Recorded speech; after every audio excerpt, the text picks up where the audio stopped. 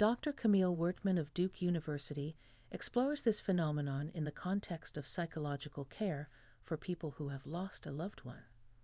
Grieving relatives, despite the mental relief that contact with the deceased brings them, are afraid to discuss this kind of experience with anyone because they are sure that they will be considered abnormal. Because of this lack of information, society does not believe in otherworldly communications. Based on her research, Wortman found that about 60% of people who have lost a spouse, parent, or child feel their presence, and 40% of people come into contact with them. In 1995, Dr. Alan Botkin developed a therapy of directed communication with the beyond. One of his patients learned new information about her deceased friend in the course of such communication, indicating that the communication was not an illusion. Julia Mossbridge lost her friend Josh while they were in college. Julia talked him into going to the dance, even though Josh had very different plans. On his way to the party, he was in a car accident and died. Since then, Julia had been haunted by guilt. Botkin's method was to imitate rapid eye movements similar to those that occur in humans during the rapid phase of sleep. People see dreams exactly in this phase. At the same time, the doctor helped the patient focus on the basic emotions associated with her loss. This is how Julia Mossbridge described what happened to her during her therapy session. I saw Josh coming through the door. My friend, with his youthful fervor, was thrilled when he saw me. I was also thrilled to see him again, but at the same time I couldn't tell if this was really happening.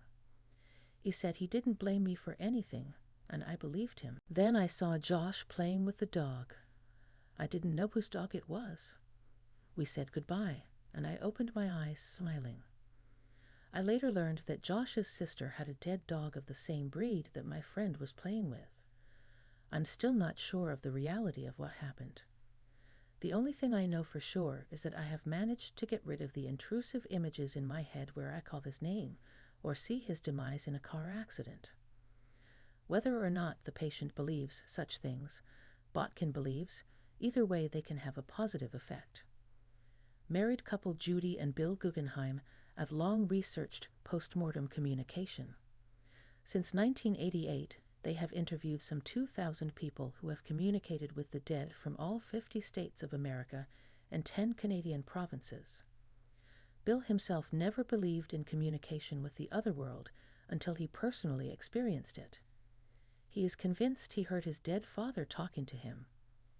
Here's what Bill recounted in his interview on Afterlife TV. Guggenheim was at his house when suddenly a voice said, "Go outside and check the pool." Bill went outside and found the gate enclosing the pool ajar. He went over to close it and saw the body of his 2-year-old son floating in the pool.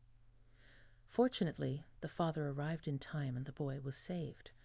Guggenheim claimed he just couldn't hear the splash of water from inside the house and was sure his son was in the bathroom at the time. Somehow, mystically, the child managed to get out of the house despite the fact that the door handles were fitted with child safety locks. The same voice that had helped save baby Bill urged the man to do his own research on the subject of communicating with the dead and to write a book. Guggenheim was sure that no one would believe an ordinary broker with no academic credentials. As a result, his work with his wife, the book Messages from Beyond, was published. In 1944, Bernard Ackerman collected in his book 100 Cases of Life After Death numerous stories of people who communicated with the dead. Ackerman does not claim that all the cases he describes are authentic. He leaves it to readers to decide for themselves. One of the stories involved a young man named Robert Mackenzie. Mackenzie was rescued from starving to death in the street by the owner of a mechanical factory in Glasgow, who gave him a job.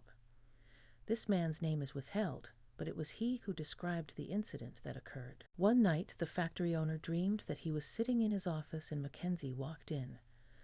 The following conversation occurred between them, from the fabricator's words. "What's the matter, Robert?" I asked a little angrily. "Can't you see I'm busy?" "Yes, sir," he answered. "But I must talk to you." "About what?" I asked, "What is so important that you wish to tell me?" "I want to warn you, sir, that I am being accused of something I did not do. I want you to know that so you can forgive me for what I am accused of, because I am innocent."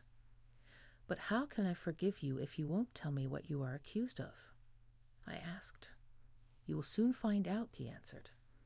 I shall never forget the expressive tone in his Scottish dialect with which he uttered that last phrase. When he awoke, his wife informed him that Mackenzie had committed suicide.